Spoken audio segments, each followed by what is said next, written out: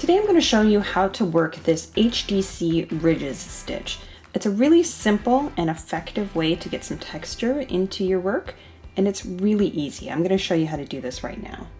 So you're going to begin with a chain. In this case I have a chain 28, and for the first row we're just going to make a base row of HDC or half double crochet stitches. So to do that, I'm going to work into the third chain from my hook. So 1, 2, 3, not counting the loop on my hook.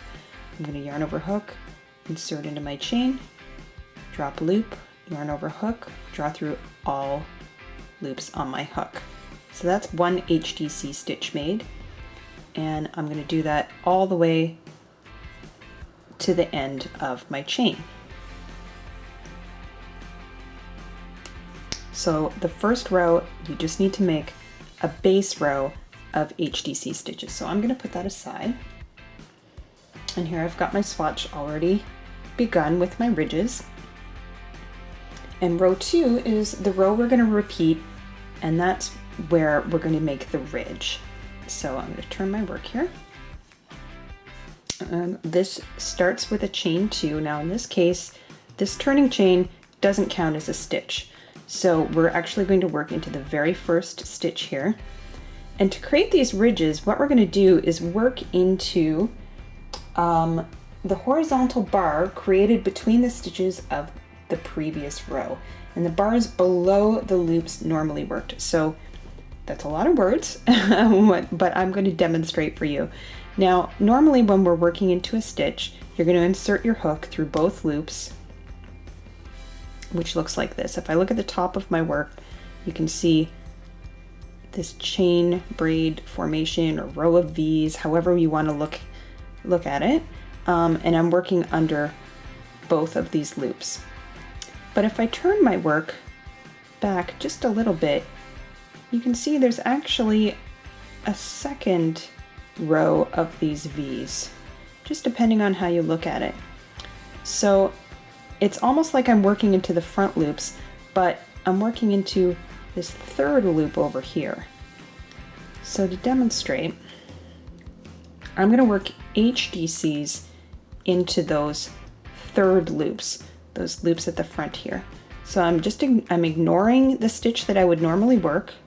I'm going to yarn over hook because this is an HDC, and I'm going to insert my hook under here. Then drop a loop, yarn over, draw through all loops on my hook. So once you know where that extra loop is, it's very simple. You're just working HDC stitches in a different spot.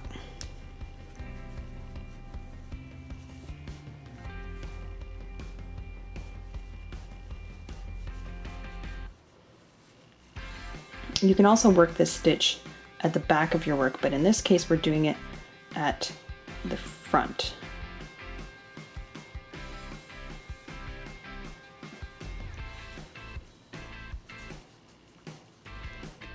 So I'm making an HDC stitch in every stitch to the end of my row, working into that horizontal bar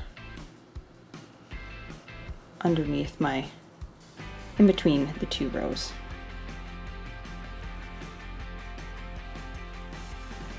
And here I've come to my last one.